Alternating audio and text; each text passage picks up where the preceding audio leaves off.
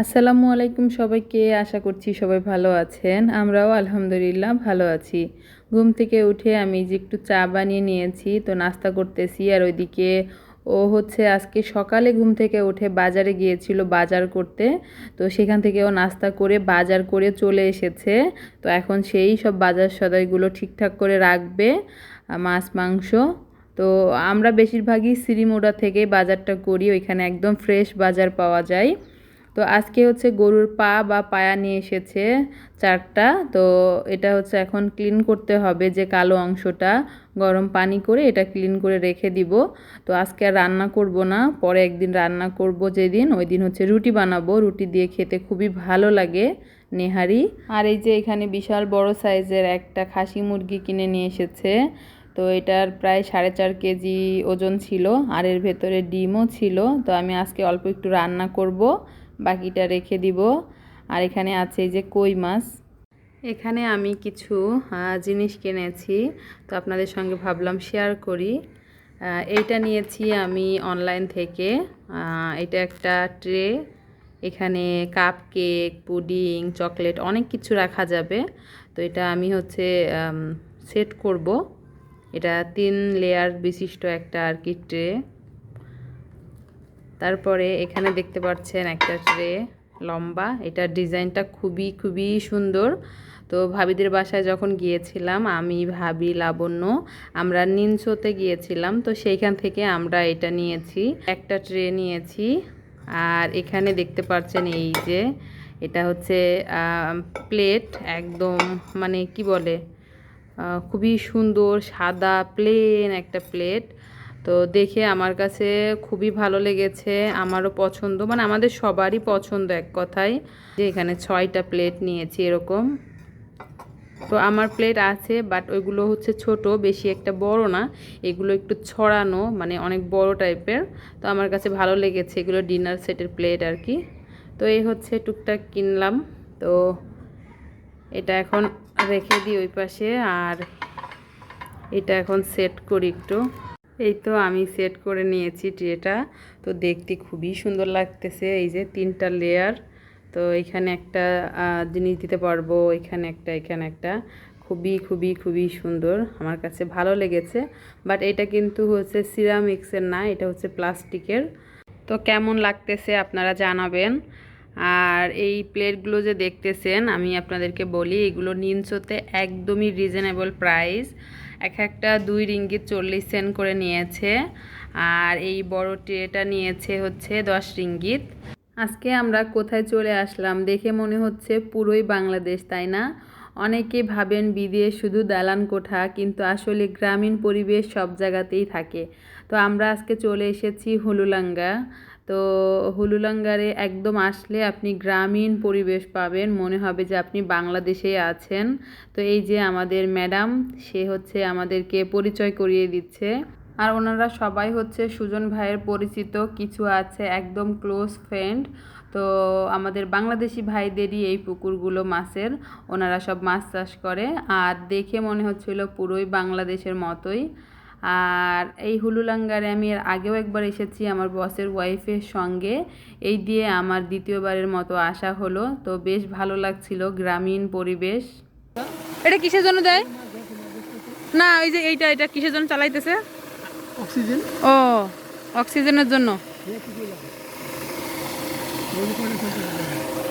হ্যাঁ, ওইগুলো 3টা চলতেছে ওইদিকে।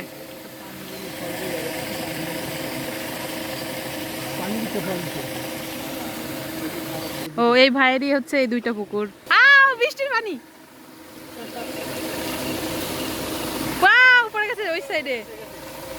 হাই হাই, তো পানির ভিতরে পড়তেছে। এই যে অনেক কষ্ট করে সে আমার জন্য একটা রামবুটান নিয়ে এসেছে। এই যে এক থুকা পেয়ে গেছি। এর ওপরে নাকি সবজির ক্ষেত আছে, লাবণ্য বলছিল।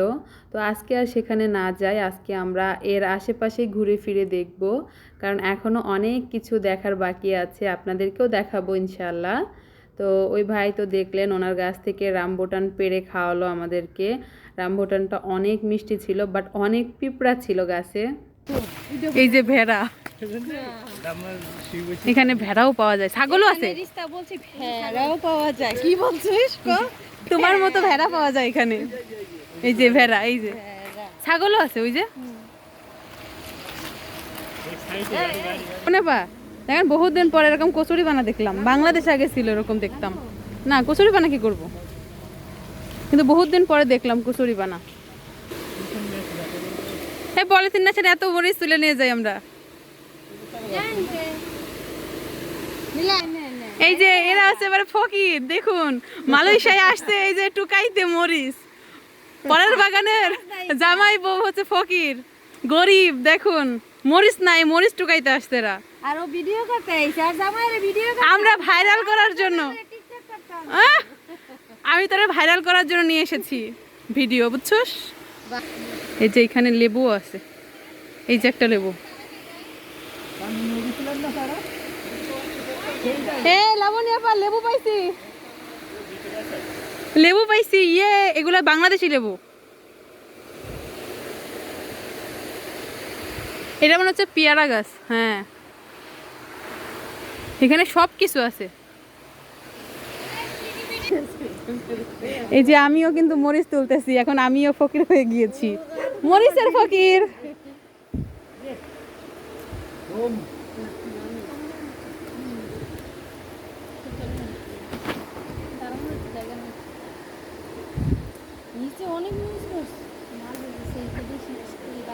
এগুলো বাড়তি মরিচ, এইগুলোতে আরো মনে করো ঝাল হবে।